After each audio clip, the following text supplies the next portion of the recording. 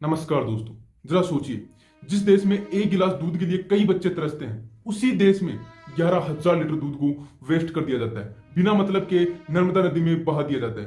तो ये क्या एक भारत की आस्था है या फिर एक पाखंड है या फिर लोगों को पागल बनाया जा रहा है? हाँ या फिर ना?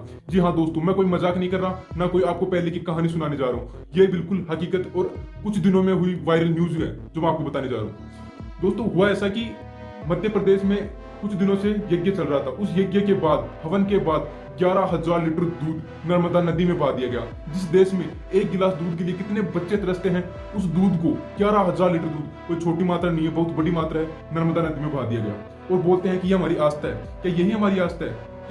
क्या आपको नहीं लग रहा कि आस्था के चक्कर में हम पाखंड की ओर जा रहे हैं? आस्था के चक्कर में हम कुछ ज्यादा डूब रहे हैं, जिसके चक्कर में हम पर्यावरण का नुकसान कर रहे हैं और खुद का नुकसान कर रहे हैं? हाँ या फिर ना? भले आज का वीडियो लोगों को ये अच्छा नहीं लगे, लोग शिकायत कर सकते हैं कि आप हमारी आस्था पर सवाल नहीं उठा सकते। दोस्तों, मैं आपकी आस्था पर सवाल नहीं उठा रहा, मैं सवाल उठा रहा हूं उस चीज पर जो हमारे लिए, हमारे पर्यावरण के लिए, हमारे देश के लिए हानिकारक है। दोस्तों, आज अंधविश्वास उस लेवल, उस चरम सीमा पर इंडिया में है ना, जिसकी मैं आपको बता नहीं सकता। हद पार अंधविश्वास इंडिया में। 11,000 लीटर दूध, जरा सोचिए, 11,000 लीटर दूध कितने बच्चों का पेट भर सकता था, कितने घरों के अंदर खाना बन सकता था उस दूध से? हाँ या फिर नहीं? वही दूध बिना मतलब नर्मदा नदी में बहा दिया गया मध्य प्रदेश में।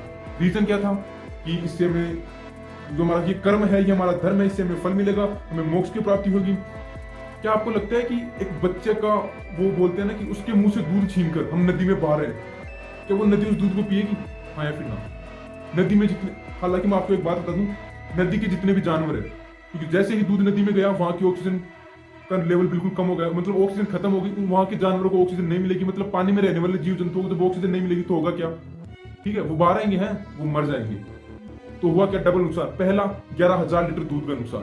दूसरा, उन बच्चों का नुकसान जिनको वो दूध मिलता।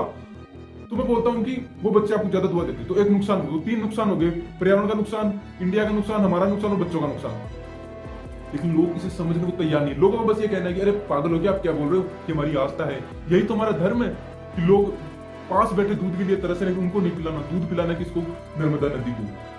नर्मदा नदी को दूध पिला रहे हैं लोग। अरे वो नहीं पीती दूध, वो खुद दूसरों का पेट पालती है, उसको क्या जरूरत है आपके दूध की? है वो खुद एक पानी की नदी है। तो आपको मतलब क्या सोच के लोगों ने किया कि 11,000 लीटर दूध नदी में बहा दिया?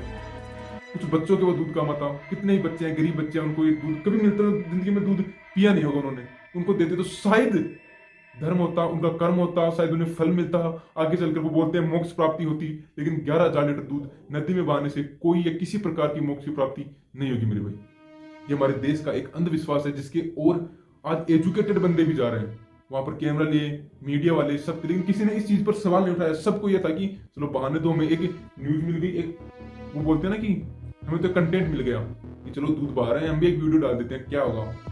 दोस्तों, ऐसा नहीं होना चाहिए। हम पढ़े लिखे, हम एजुकेटेड है, हमें ये समझना होगा कि ये जो चल रहा है ये अंधविश्वास है, इसके पीछे कोई रीजन नहीं है, बिना रीजन के किया हुआ एक बहुत बड़ा धोखा है जो हमें दिया जा रहा है धर्म के नाम पर।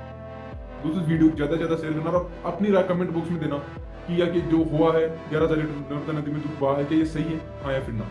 अगर ऐसा सही है तो लोग और भी बहाएं या फिर ना बहाएं? आपकी क्या रीजन है कि इस दूध का उपयोग कैसे और कहाँ किया जाना चाहिए था?